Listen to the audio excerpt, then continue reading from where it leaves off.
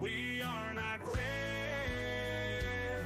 But before you leave, you will perceive the lore will be unlocked.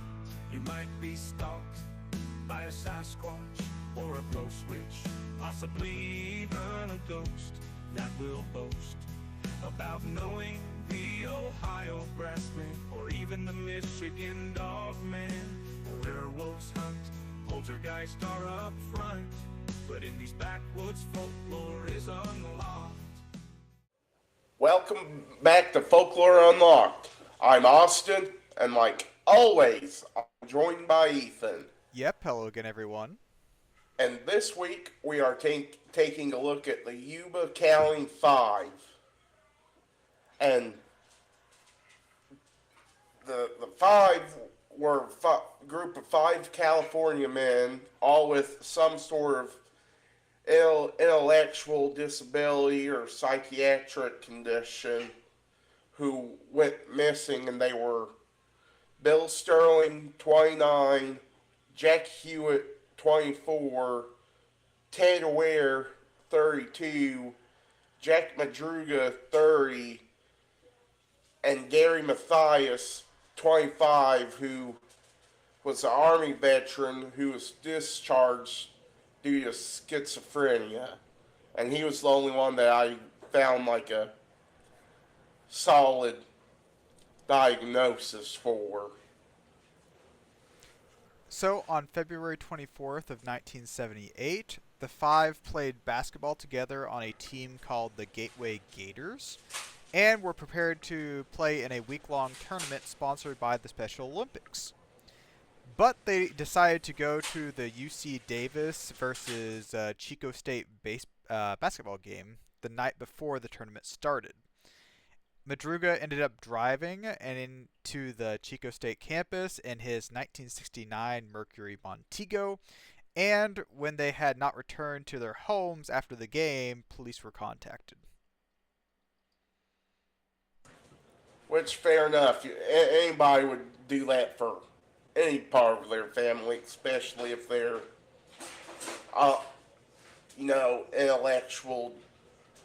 intellectually disabled or possibly psychiatric disabilities.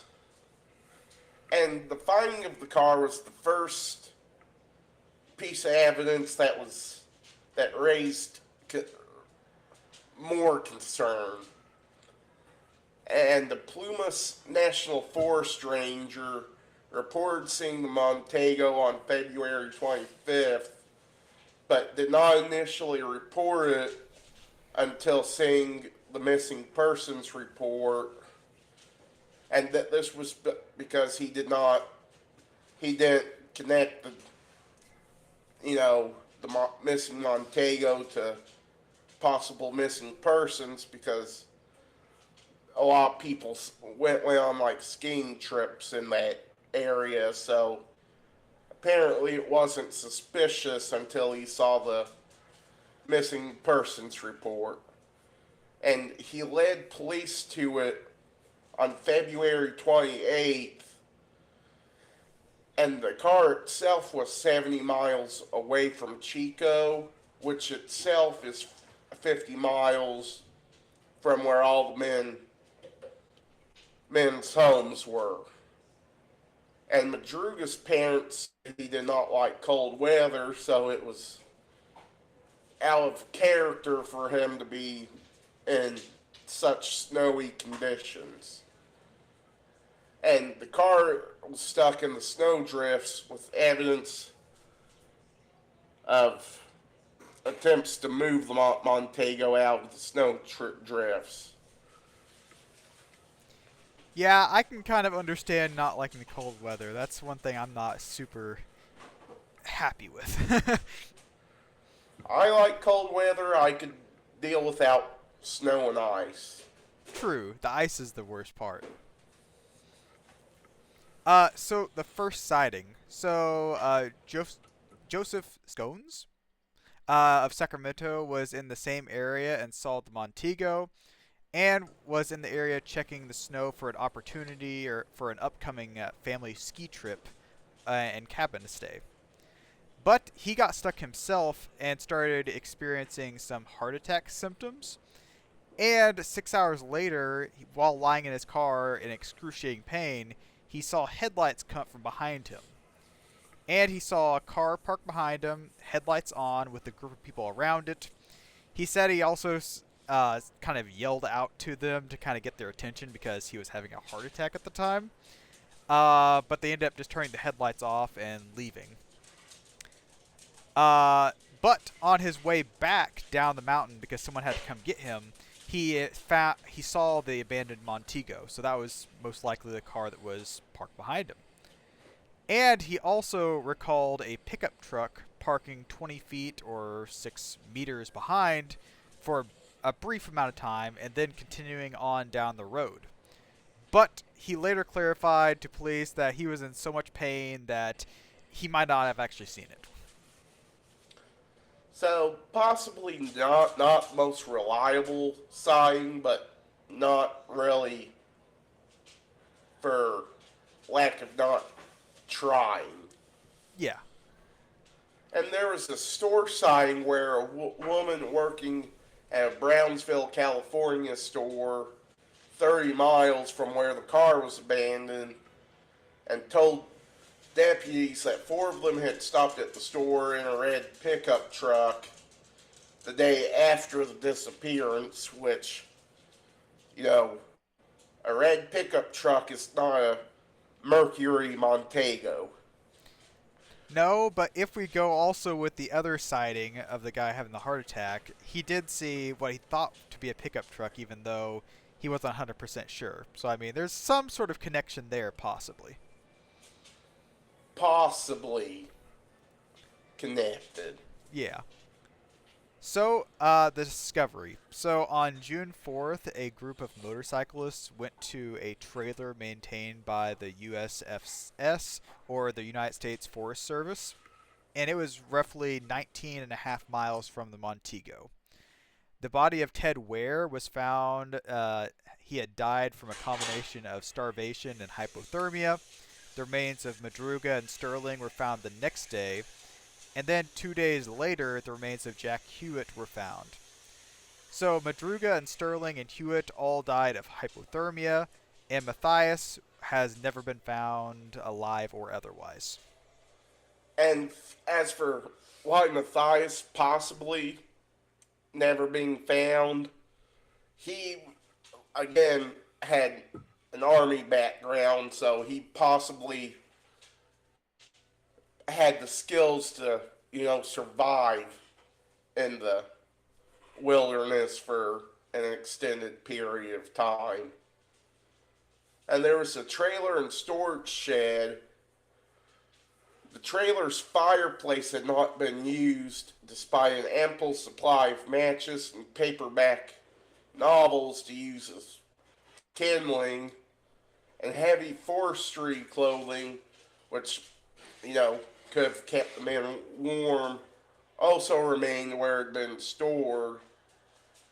And 3 dozen sea ration cans from a storage shed outside had been opened and their contents ate, but a locker in the same shed that had an assortment of dehydrated foods, enough to keep all of them fed for a year, had been opened. And another shed nearby, which held a butane tank with the valve that, had it been opened, would have made the trailer's heating system work. That's the part that I find really sad, was that, they had all the ability, they had the stuff to, survive out there. They just weren't able to use it. Yeah, that's the rough part. They had everything resource-wise to survive, but either they didn't either see it or something. Something had to have happened for them not to use it. So there is a theory that the police have came up with. So the theory is that Matthias had friends in a small town of Forbestown, and the police believed it was possible that they made an attempt to go visit them on the way back home. And they may have taken a wrong turn somewhere along the way and put them on the mountain road near the trailer. And the police believe that the group had decided to follow some tracks left by a snowcat, which was going to clear the snow off the trailer roof that they ended up at. And the mountain road had pretty big snowdrifts with 4 to 6 feet high, and which led them to the belief that the shelter was not too far away since the snowcat trail was heading that way. So most likely, Madruga and Sterling died of hypothermia about halfway through the walk to the trailer, and Hewitt soon after. Then, once after they reached the trailer, and they broke through the window, and I guess stayed there for a little while, ate some sea ration cans and just like that, Ware ended up dying, and he may have decided that, who was the one that Matthias, right? Was the one that made it back? Yeah. I would say Matthias decided that he wanted to, I guess, try to make it back to civilization. So he just tried to walk back there, and that's where we don't know where he went. And that leads us to our thoughts, considering that all of them had some kind of mental disability, or in Gary Matthias's case, illness. I think that, the mental disabilities and illness may have played a part in the, 4 deaths and Gary's disappearance. Yeah, I agree. The mental disabilities and illness definitely probably did play a role in that. It just, like I said before, it's sad that they had everything they needed to stay alive, but were not able to use it. Probably mostly because either they did not see them in the locker, like the dehydrated foods, and I mean, trying to find the butane tank, I can understand maybe not finding that, because that was in a separate storage shed from the one they found the rations and stuff in. But it's just sad that they weren't able to use those to survive. And I think at this point, unless a big stroke of luck just happens to come by, I don't know if we'll ever truly know what happened to Gary Matthias, since he wasn't found during the initial searches, and nobody really knows where he may have went to. Any last words, Ethan? Just thanks for watching, everyone. Yeah, next week we'll be taking a look at the X-Men of New Orleans, so stay tuned for that. Like Ethan said, thanks for watching. If you're on YouTube, leave us a like, comment, and subscribe. And if you're on Spotify, thanks for listening. And drop us a follow and a comment. And we'll see you next week.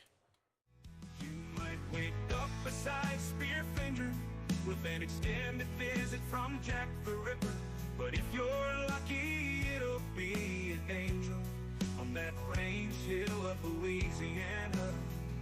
You might meet Mary LaValle or the Rougarou at Folklore Unlocked. Austin and Ethan concoct their theory of the eerie and unexplained around the world, sometimes even the underworld.